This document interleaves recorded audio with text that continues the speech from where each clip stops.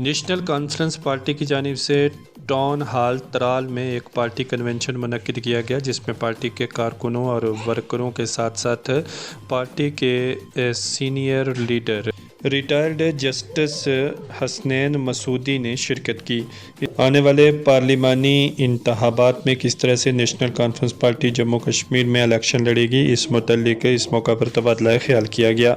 دیکھیے منجیت پال سنگھ کی یہ رپورٹ۔ چونکہ سیکورٹی ریزنوں کن آئی نی اجازت دن پتہ آو سہ 8 اپریل أزکہِ دۄہ مقرر کرنے یم کن آج یتھ جمع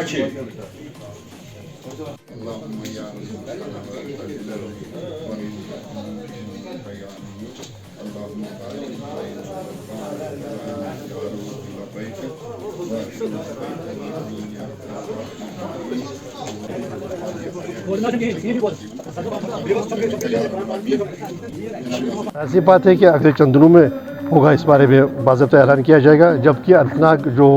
راجوری سیٹ ہے اس کے لیے پہلے ہی ہم نے نامزد کیا جو ہمارے امیدوار ہے میاں الطاف صاحب، اور بلکہ وہاں شروعات بھی ہو گئی ہے ہماری جو انتخابی مہم ہے، تو یہاں بھی چند دنوں کا اظہار ہو جائے گا۔ تو کیا لگتا ہے یہ جو محبوبہ مفتی کے آنے سے اننت ناگ پارلیمنٹری سیٹ کا جو مقابلہ ہے، کہا جا رہا ہے پولیٹیکل انرجی کافی ٹف ہو رہا ہے، تو کیا کچھ امید ہے نیشنل کانفرنس؟ دیکھیں، ایک ہی فقط اس میں ایک ہی فرق ہوگا، پہلے ایک وزیر اعلیٰ کی انتخاب میں شکست ہوئی، اس کی بار اب کی بار میاں الطاف صاحب ہماری مدد 2 وزراء اعلیٰ کو شکست دیں گے جو ہمارا انتخاب ہونے والا ہے، جو پارلیمنٹ انتخاب ہونے والا ہے، تو یہ ایک فرق ہوگا۔ باقی تو کامیابی جموں کشمیر نیشنل کانفرنس کی ہوگی، کیونکہ جموں کشمیر نیشنل کانفرنس زمین کے ساتھ جڑی ہے، اس کا اپنا ایک رول رہا ہے، تاریخی رول رہا ہے،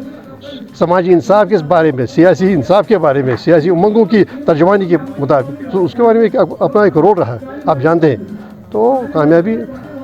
جموں کشمیر نیشنل کانفرنس کی ہماری امیدوار کی ہوگی اننت ناگ راجوری سے، فقط جیسے کہ میں نے کہا کہ اب کی بار وہ ہمیں امید ہے کہ وہ جو انتخابات میں شکست دے گی 2 وزراء اعلیٰ کو صاحب کو